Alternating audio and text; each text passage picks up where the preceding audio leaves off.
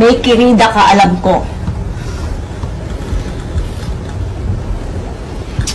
Kaya lagi kang ganitong oras umuwi, alam ko, damang-damang ko, nararamdaman ko yan dito sa puso ko. Kaya ganitong oras ka umuwi, dahil meron ka pang pinupuntahan, dahil meron kang binabahay na babae. Alam ko yun eh, nararamdaman ko yun dito. Kala mo ba? Hirap na hirap ako ah. Yan, yung kirida mo. Siguro pagdating ng alas 5, pinupunta mo, tapos bibigyan mo ng sustento. Di ba? Bibigyan mo ng sustento. Tapos ano? Tapos, paglalambingan kayo. Tapos, ay! Ayoko isipin. Mandaswa. Ayoko. Han?